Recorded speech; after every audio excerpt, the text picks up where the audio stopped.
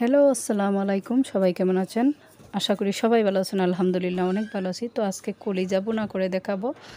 তো প্রথমে আমি এখানে পরিমাণ মতো তেল দিয়ে তারপরে কিছুটা পরিমাণ মতো পেঁয়াজ দিয়ে দিলাম। আর পেঁয়াজের সঙ্গে আমি কিছুটা গরম মশলা, তেজপাতা, লং, এলাচি, দারচিনি দিয়ে কিছুক্ষণ একটু নেড়েচেড়ে তারপরে কিছুটা কুসুম গরম পানি দিয়ে দিলাম। আর এখানে আমি শুকনো মশলাগুলো রেখেছি। এখানের মাঝে শুকনো মশলার মধ্যে ছিল আমি প্রথমে এখানে রসুন বাটাও ব্যবহার করেছি আর পেঁয়াজ কিন্তু একদম কুচি করে ব্যবহার করেছি।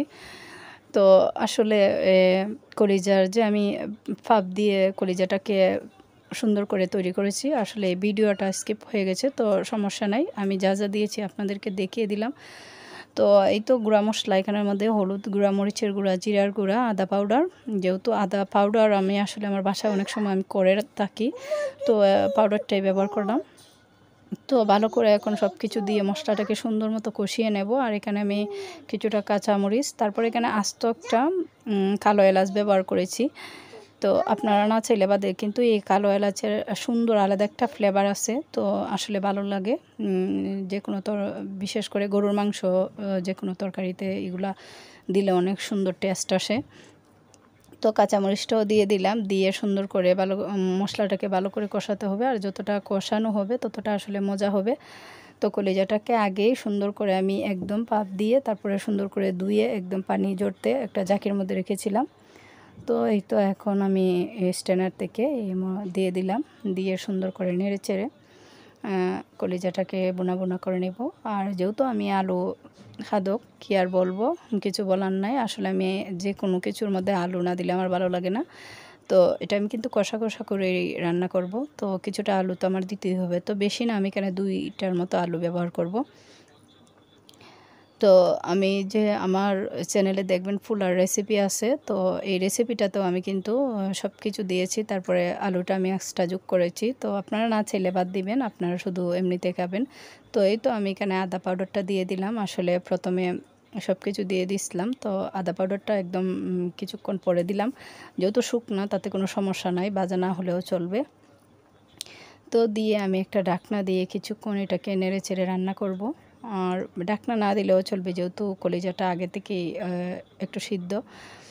তো আসলে আমার বাসায় আমি তেমন একটা কলিজা পছন্দ করি না, মেয়ের বাবা অনেক পছন্দ করে।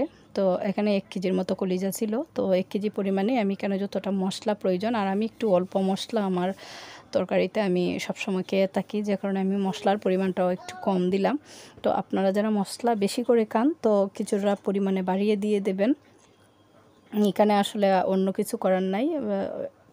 যে কোনো জিনিস আপনারা বেশি করে রাঁধতে চাইলে বেশি করে সব পরিমাণ দিবেন, অল্প পরিমাণে রাঁধতে চাইলে অল্প পরিমাণে দিয়ে দেবেন।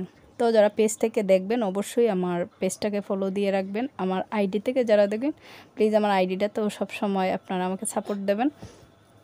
আমার আইডির নাম আসলে সুবা আহমেদ নূর, আর পেজের নাম আলবিস কিচেন, ইউটিউব চ্যানেলের নামও কিন্তু আলবিস কিচেন।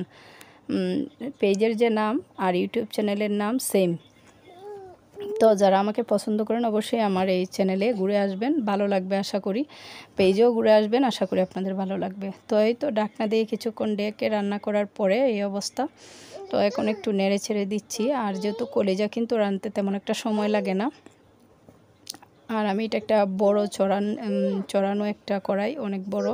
তো এর মধ্যেই আসলে কড়াইটা নতুন ছিল, তো ভাবলাম এটাকে আসলে উদ্বোধন করি। আর আমার আসলে নতুন জিনিস ব্যবহার করতে ভীষণ আনন্দ লাগে, ভালোও লাগে, এই জন্য আমি করি। তো আপনারা যাদের বাসায় নাই তারা তো আপনারা যেভাবে যা আছে তা দিয়ে রান্না করবেন। তো এই তো রান্নাটা প্রায় অনেকটা হয়ে আসছে, আরও কিছুক্ষণ রান্না করে তারপর আমি এখানের মধ্যে কিছুটা আলু ব্যবহার করব।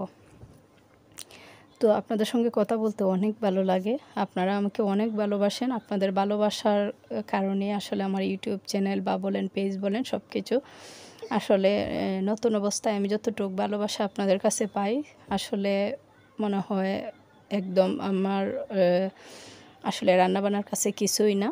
তারপর আপনারা আমাকে সাপোর্ট করেন, এতে আমি অনেক খুশি। তো চেষ্টা করবো ইনশাল্লাহ সুন্দর সুন্দর আপনাদের সঙ্গে রান্না শেয়ার করতে। তো এখানে আমি কিন্তু বেশি আলু দেই নাই, শুধু 2টা আলু দিয়েছি। 2টা আলু টুকরো করে তারপরে ছোটো ছোটো কেটে তারপরে দিয়ে দিলাম, দিয়ে এখন সুন্দর করে কিছুক্ষণ রান্না করব। আর একদম লাস্ট পর্যায়ে আমি এখানে একটু টালা জিরার গুঁড়া দিয়ে দেব। আসলে টালা জিরার গুঁড়া একদম লাস্ট পর্যায়ে দিলে খুব সুন্দর একটা আলাদা স্মেল থাকে রান্নার মধ্যে। তো যারা যারা আমার ইউটিউব চ্যানেলে আমার এই ভিডিওগুলো দেখেন অবশ্যই জানাবেন আসলে আমার ভিডিওগুলো কেমন হয়। আমি তো জানি না, আপনারা যখন বলেন তখন আমার খুবই ভালো লাগে। এই তো রান্নাটা অনেকটা কষা কষা হয়ে আসছে, আসলে দেখতে মনে হচ্ছে ঝোল আসলে কড়াইটা তো একটু চড়ানো, তাই বোঝা যাচ্ছে এই ধরনের ঝোল। আসলে ঝোলটা একদম অল্পই ছিল। তো মাশাল্লাহ কলিজা বোনাটা কিন্তু অনেক মজা হয়েছিল। তো মশলাটা আসলে বেশি দিলে কিন্তু অনেকটা কষা কষা লাগতো। আসলে আমি তো অল্প মশলা, আমার ভালো লাগে না বেশি মশলা, তো এই জন্য এই অবস্থা। তো রান্নাটা কেমন হলো অবশ্যই জানাবেন, ভালো লাগলে অবশ্যই লাইক কমেন্ট শেয়ার দিতে ভুলবেন না। আর আমাকে সাপোর্ট করবেন, আপনাদের সাপোর্টের কারণে আমি অনেক দূর যেতে পারবো।